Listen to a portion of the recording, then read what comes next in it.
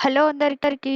ఈరోజు మనం 'సాయి 1114' ఎపిసోడ్ చెప్పుకోబోతున్నాం. ఇప్పుడు మహేష్ తన మెడల్స్‌ని డ్రాయర్‌లో పెట్టేసి వచ్చి తన మంచంపై కూర్చొని ఉంటాడు. అలా కూర్చున్న మహేష్ నిద్రలోకి జారుకున్నట్టు చూపిస్తారు.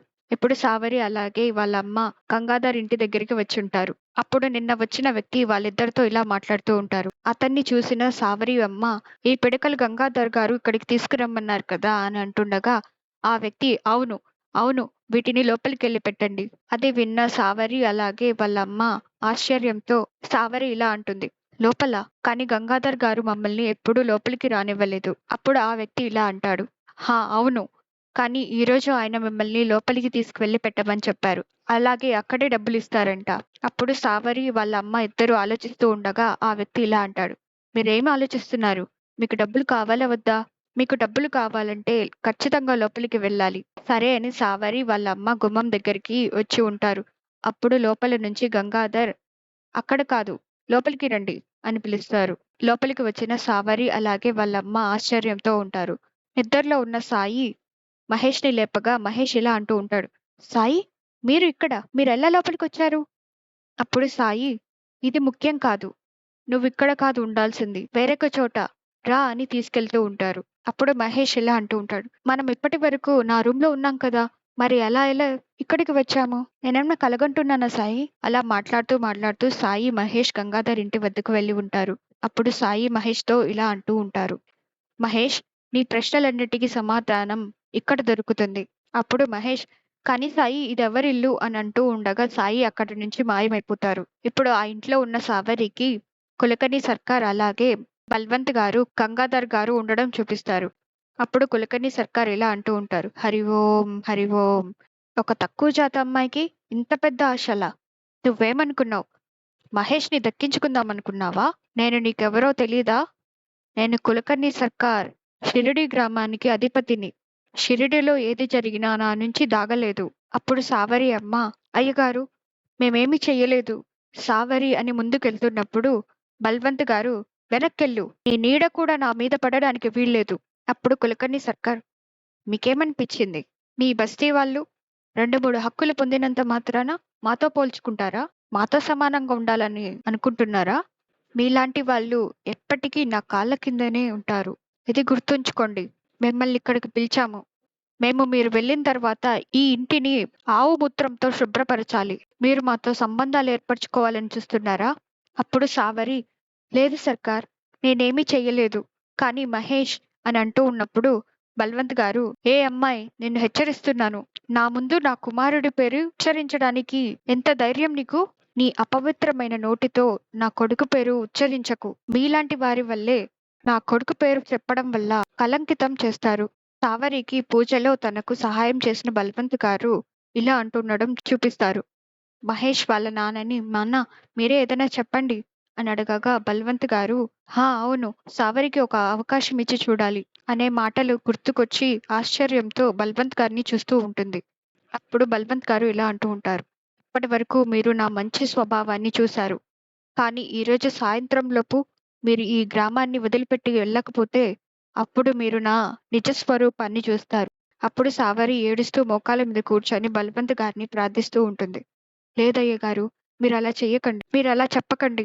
మేమెక్కడికెళ్తాము? మా అమ్మకి ఇంకా ఆరోగ్యం బాగోలేదు. మా బాగోగులు చూసుకునేదానికి ఎవ్వరూ లేరు. అలాగే మా దగ్గర డబ్బులు కూడా లేవు.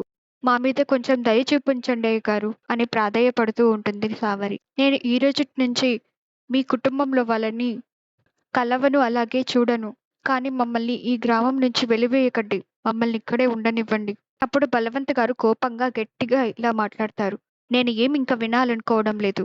మీరు ఈ గ్రామం వదిలిపెట్టకపోతే మిమ్మల్ని ఈ గ్రామం నుంచి బయటకి తరిమేయాలో నాకు బాగా తెలుసు." అప్పుడు బలవంత్ గారు అక్కడే ఉన్న వ్యక్తికి, "ఆమెను బయటికి తోసేసేయ్" అని సెగ చేస్తారు. ఆ వ్యక్తి సావరిని బయటికి తోసేస్తారు ఇంటి నుంచి. అప్పుడే మహేష్ ఆమెని పట్టుకుంటారు పడిపోకుండా. అక్కడికి వచ్చిన మహేష్‌ని చూసి బల్వంత్ గారు అలాగే కులకర్ణి సర్కార్ ఆశ్చర్యంతో చూస్తూ ఉంటారు. మహేష్ సావరిని, "నువ్వు బాగున్నావా సావరి" అని అడగగా సావరి తల ఊపుతుంది, "బాగున్నాను" అన్నట్లు. బల్వంత్ గారు అప్పుడు కంగారుగా "మహేష్" అని అంటూ ఉంటారు. అప్పుడు మహేష్, "మీరెవరు?" అప్పుడు కులకర్ణి సర్కార్, "ఇది ఎలాంటి ప్రశ్న మహేష్? ఎవరైనా మీ నాన్నతో ఇలా మాట్లాడతారా?" అప్పుడు మహేష్ కోపంగా, "లేదు, నేను మాట్లాడను. కానీ ఈయన మా నాన్న మాత్రం కాదు. ఈయన మా నాన్న వేషం ధరించిన వ్యక్తి. ఎందుకంటే మా నాన్న దేవుడు. మా నాన్న ఎప్పుడూ ఎక్కువ తక్కువ కులాలను నమ్మరు. ఆయన మానవులంతా ఒక్కరే అని నమ్ముతారు. ఆయన తన సంతోషాన్ని, దుఃఖాన్ని అందరితో పంచుకుంటారు. నేను సావరిని నన్ను వివాహం చేసుకోమని అడిగినప్పుడు మా నాన్నకి ఏ కుల వ్యతిరేకత ఉండదని నేను అనుకున్నాను.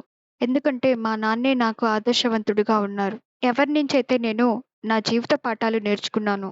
అప్పుడు బలవంత్ గారు, మహేష్, నేను ఆ వ్యక్తినే నాన్నా, మీ తండ్రినే. అప్పుడు మహేష్, నన్ను మీరు మీ కుమారుడిగా పిలవద్దు నాన్నా. మీ సంప్రదాయాల ఆలోచన వల్ల ఒక నిర్దోషి అమ్మాయిని బహిష్కరించటానికి మీరు పూనుకున్నారు. అలా ఆలోచించే వాళ్ళు ఎప్పటికీ మా నాన్న కాలేరు. అప్పుడు మహేష్, మీరు నన్ను మోసం చేశారు నాన్న. మీ సొంత కొడుకునే మీరు మోసం చేశారు. అప్పుడు కులకర్ణి సర్కార్, మర్యాదగా మాట్లాడు మహేష్. అప్పుడు మహేష్, నేను కూడా అదే చెప్పాలనుకుంటున్నా బాబాయ్. కానీ ఏ మనిషి అయితే మరొక మనిషితో ఇంత చెడ్డగా వ్యవహరించిన తరువాత ఇంత చెడ్డగా అవమానించడం కేవలం వాళ్ళ తక్కువ జాతి వాళ్ళు కావడం వల్ల. అలాంటి వాళ్లకు నేను కావాలనుకున్న వాళ్ళకి నేను గౌరవం ఇవ్వలేను. అలాగే మర్యాదగా కూడా మాట్లాడలేను. అది ఈయన అబద్ధాలు చెప్పి నాకు ఈ సంస్కారం ఇవ్వచ్చు. కానీ ఇప్పుడదే నా సంస్కారము. నేను ఈయనలాగా డబుల్ ఫేస్ గేమ్ ఆడను. ఇన్ని సంవత్సరాల నుంచి నన్ను మోసం చేస్తూ వస్తున్నారు. కానీ నిజం ఈరోజు తెలిసింది. మీకు తెలుసా?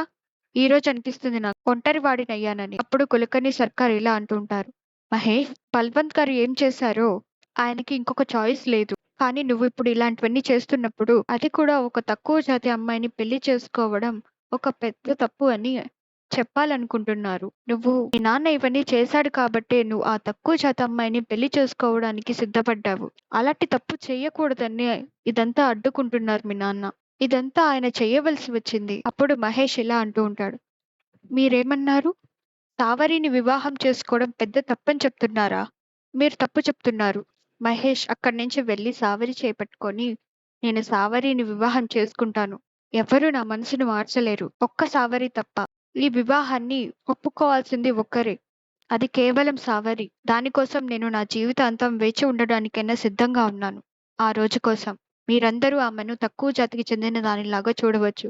కానీ నాకు మాత్రం ఆమె అందరికంటే గొప్ప వ్యక్తి. ఇదంతా వింటున్న కులకర్ణి సర్కార్ హరిఓం హరిఓం అంటూ ఉంటారు. మహేష్ ఇలా అంటూ ఉంటాడు.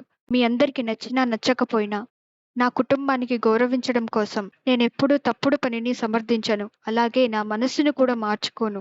రా సావరి, వెళ్ళిపోదాం. కులకర్ణి సర్కార్ మహేష్ని పిలుస్తూ ఉన్న పట్టించుకోకుండా సావరిని అక్కడి నుంచి తీసుకెళ్లిపోతాడు. వెళ్తున్న దారిలో సాయి పిల్లను గ్రోవి ఊదుతూ ఒక చోటు కనిపిస్తారు. అప్పుడు సావరి సాయి దగ్గరికెళ్ళి, సాయి, ఇదంతా ఎప్పుడు ఆగిపోతుంది సాయి? నేను చిన్నప్పటి నుంచి ఈ బాధను అనుభవిస్తున్నాను. మీరు మీ భగవంతుణ్ణి అడగండి. మాతో ఉండి మాకు సహాయం చేయమని. అప్పుడు సాయి ఇలా అంటారు. సావరి, రాముడు నీ పక్కనే ఉన్నారు. నీ కళ్ళ ముందే. నువ్వే ఎందుకు ఆయనతో మాట్లాడకూడదు? లే సావరి, నాతో రా అని సాయి ఒక మొక్క దగ్గరికి తీసుకెళ్తారు. సావరి, నువ్వు ఈ మొక్కను చూస్తున్నావా? ఈ మొక్కలు ఎందుకు పెరుగుతాయో తెలుసా? ఈ చెట్టును చూడు సావరి. ఈ చెట్టు నీడ మొక్కలను ఎండ నుంచి కాపాడుతుంది. ఈ మొక్క ఆకులను చూసావా? ఈ చెట్టు యొక్క ఆకులు అధిక వర్షం నుంచి ఈ మొక్కలను రక్షిస్తుంది. వీటికి సహాయం చేయడానికి భగవంతుడు చెట్టుగా మారినట్లే ఈ విధంగా భగవంతుడు నీకు సహాయం చేస్తాడు. ఆయన తన దివ్య రూపంలో మన దగ్గరికి రారు. కానీ ఏదో ఒక రూపంలో ఆయన మనకు అవసరమైనప్పుడు వారిని దగ్గరికి చేరుస్తారు. అది చెట్టులాగైనా, మనిషిలాగైనా. సావరి, మనందరిలో భగవంతుడు ఉంటారు. నువ్వు నమ్ముతావు కదా? కాబట్టి ఒక వ్యక్తి నీకు సహాయం చేయడానికి ముందుకు వస్తే అప్పుడు నువ్వు దాన్ని భగవంతుడి సంకల్పంగా భావించి ఆయన్ని నీకు సహాయం చెయ్యనివ్వాలి. అలాంటి సహాయమే ఇప్పుడు నీకు దక్కుతుంది. మరి ఇప్పుడు నిర్ణయం నీ మీద ఆధారపడి ఉంటుంది. నువ్వు దాన్ని అంగీకరిస్తావా? లేక సావరి, అక్కడున్న ఎడ్ల బండిని చూడు. దానికి 2 చక్రాలున్నాయి కాబట్టి అది బ్యాలెన్స్ చేసుకుంటూ కాబట్టి బండి తేలిగ్గా ముందుకు వెళ్తుంది. నువ్వు సాంప్రదాయాల భారాన్ని ఒంటరిగా మోస్తున్నావు. నీ భారాన్ని తగ్గించుకోవడానికి నీకు ఒకరు సహాయంగా నిలబడుతున్నారు. నీ ప్రయాణాన్ని సులభతరం చేయడానికి. మిగతాదంతా నీ ఇష్టం సావరి. కానీ భగవంతుడు ఎల్లప్పుడూ నీతోనే ఉంటారు. ఆయన పంపిన వ్యక్తులు కూడా. మహేష్, పరిస్థితి ఇంకా దారుణం కాకముందే సావరిని అలాగే వాళ్ళమ్మని ఇంటి దగ్గర వదిలిపెట్టురా. సరే సాయి అని మహేష్ వాళ్ళిద్దరిని తీసుకెళ్తారు. ఇంటికి వస్తున్న బల్వంత్ కారుతో కులకర్ణి సర్కార్ ఇలా అంటూ ఉంటాడు. బల్వంత్ గారు మీరింత ఎమోషన్ అవ్వకండి. ఇది సమయం కూడా కాదు. అప్పుడు తేజస్వి మహేష్ ఇంటికొచ్చాడు. తను రూమ్‌లో ఉంటానని చెప్పాడు. ఆ తర్వాత వెళ్లి చూసాము. అతను అక్కడి నుంచి మాయమైపోయాడు. అప్పుడు బల్వంత్ గారు కోపంగా వాడు చచ్చిపోయాడు. మనందరి దృష్టిలో వాడెప్పుడో చచ్చిపోయాడు. వాడితో నా బంధాలన్నీ తెంచుకోవాలి అని నీటి దగ్గరికెళ్ళి తల మీద నీళ్లు పోసుకోవడానికి చూస్తున్నప్పుడు కులకర్ణి సర్కార్ బల్వంత్ గారిని ఆపి ఇలా అంటూ ఉంటారు. మీరేం చేస్తున్నారు బల్వంత్ గారు? ఒక తక్కువ జాతికి చెందిన అమ్మాయితో ఓడిపోయాననుకుంటున్నారా? హరి ఓం! హరి ఓం! మహేష్ నీ కొడుకు. మీ రక్త సంబంధం వాడు. ఇప్పుడు అతను తప్పుడు మార్గంలో వెళ్తున్నాడని తెలుసు. దానికి కారణం కూడా మీరే. అతనికి ఆధునిక ఆచారాలు నేర్పించారు. అతను ఈ విషయాన్ని ఎన్నో సంవత్సరాలుగా చేస్తూ వస్తున్నాడు. మనం ఒక్కసారిగా అతన్ని ఇవన్నీ మర్చిపో అని చెప్తే అతనెలా ఒప్పుకుంటాడు? అతనికి బాధగా ఉండదా? కానీ దీనర్థం ఇది కాదు బలవంత్ గారు. మీరు మీ కొడుకుని వదులుకోవడం. నాకు తెలుసు దీని వెనకాల ఎవరున్నారో. మీరు మీ కొడుకుతో సంబంధం వదులుకొని వాళ్ళని గెలవనిస్తున్నారు. బల్వంత్ గారు మీరు ఒకరికి ఆదర్శంగా నిలబడాలి. భవిష్యత్తులో ఏ తండ్రికైనా ఇలాంటి సమస్య వచ్చినప్పుడు మీరు వాళ్ళకి ఆదర్శవంతంగా ఉండాలి. అప్పుడు బలవంత్ గారు ఆ సమస్యను ఎలా ఎదుర్కొన్నారు అని. అప్పుడు తేజస్వి అక్కడికి వచ్చి మామయ్య ఏది చెప్తున్నారో నేను దానికి అంగీకరిస్తున్నాను బాబాయ్. మహేష్ ఇప్పుడు ఏదైతే చేశాడో నేను దానికి కోపంగా ఉన్నాను. కానీ మన కర్తవ్యం ఇది.